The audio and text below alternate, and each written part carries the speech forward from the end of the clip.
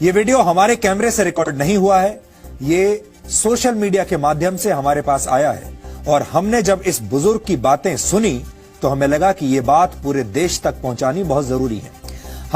ہم اس ویڈیو کی پشٹی نہیں کر سکتے، لیکن اس ویڈیو میں جو وچار ہیں ان پر دھیان دینا آج پورے دیش کے لیے ضروری ہے، اور اسی لیے آج یہ ویڈیو ہم آپ کو دکھا رہے ہیں۔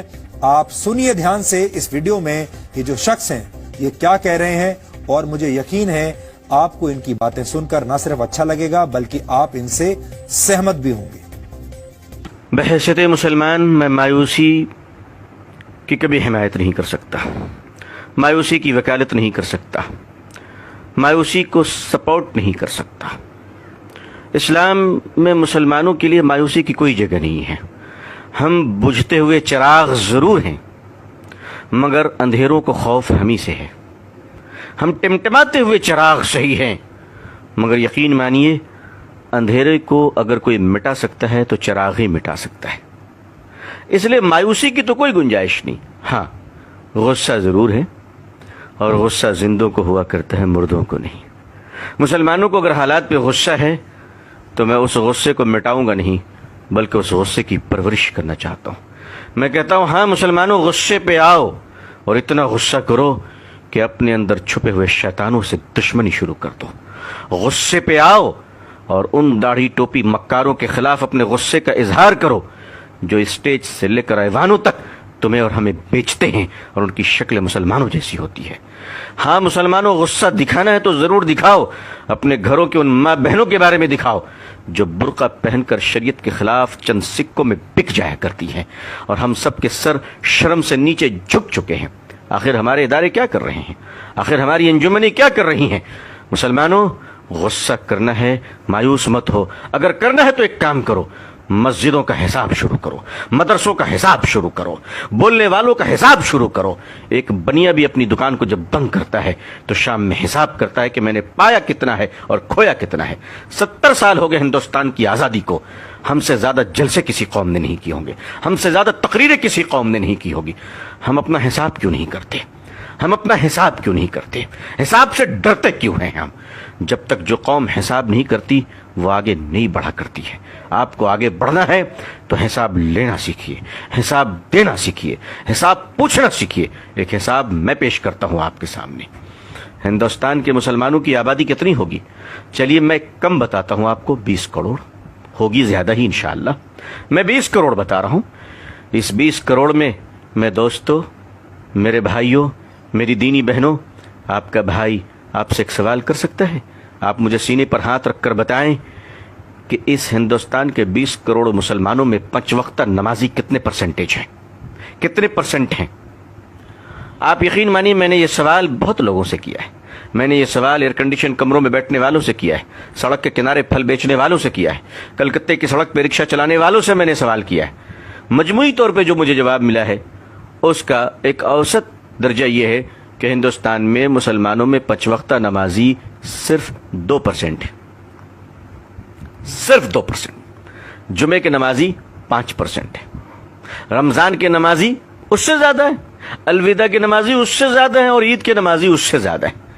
میں آپ سے پوچھ سکتا ہوں کہ 20 کروڑ مسلمانوں میں 2% نمازی مسلمان مسجد میں آتے ہیں، 98% مسلمان کہاں ہیں؟ سڑک پہ، بازار پہ، کلب میں، جوئے کے اڈوں میں، چائے کی دکانوں میں، ہوٹلوں میں۔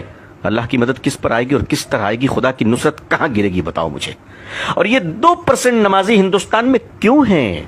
اس وقت آپ سوچیے، اس وقت جب ہندوستان میں 20 کروڑ مسلمان، 3.5 لاکھ مدرسے، 6 لاکھ مسجدیں، 4 لاکھ سے زیادہ علماء، اور پچھلے کم و بیش 150 سال سے تبلیغی جماعت گلی گلی گھوم رہی ہے، اتنا کرنے کے بعد بھی 2% نمازی؟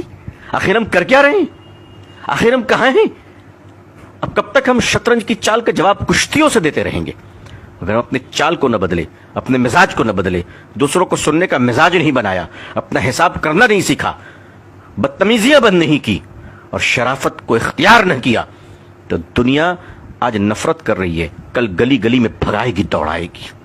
اس دنیا کو نفرت اسلام سے نہیں ہے، اس دنیا کو نفرت مسلمانوں کے بیڈ کریکٹر سے ہے، مسلمانوں کی بدتمیزی سے ہے، مسلمانوں کی بدزبانی سے ہے۔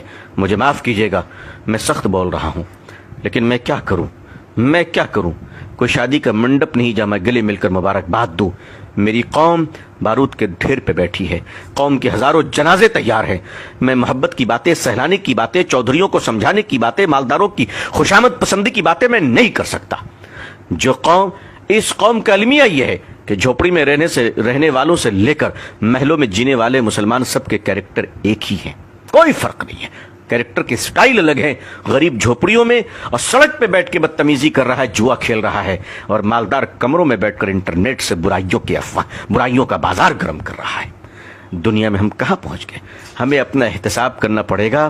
اب اسٹیج کے پہلوان نہیں, اب جلسوں کے پہلوان بن کر رت جگہ نہ کیجئے.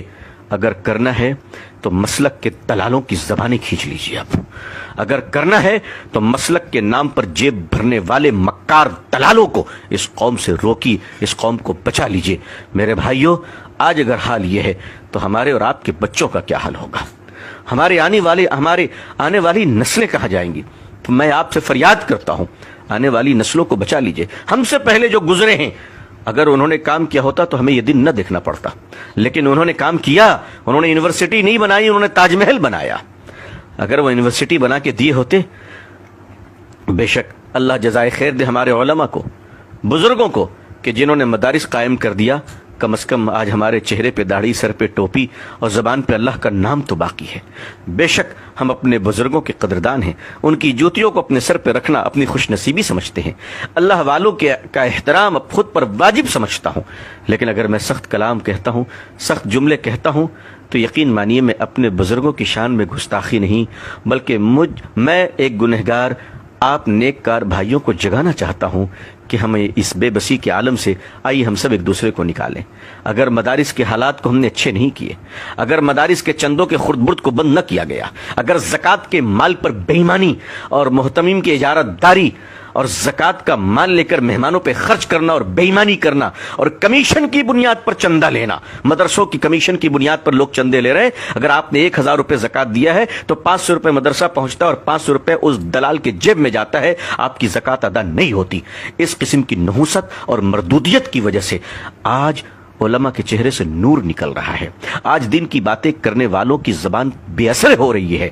یہی وجہ ہے کہ مسلمانوں کے اندر بڑی مایوسی چھا رہی ہے, کیونکہ جو ہاتھ پکڑ کر ہمیں نکالنے اور سنبھالنے والے تھے, جب انہی پر شک ہو جائے تو بڑا خطرہ ہوتا ہے, بڑا خطرہ ہوتا ہے. حالانکہ میں جانتا ہوں کہ ایسے لوگ آٹے میں نمک کے برابر ہیں, ایسے بے ایمان دلال قسم کے لوگ بہت تھوڑے ہیں, مگر انہی تھوڑوں نے تو اچھوں کو شرمندہ کر رکھا ہے, انہی تھوڑوں نے تو اچھوں کے حالات برباد کر رکھے ہیں.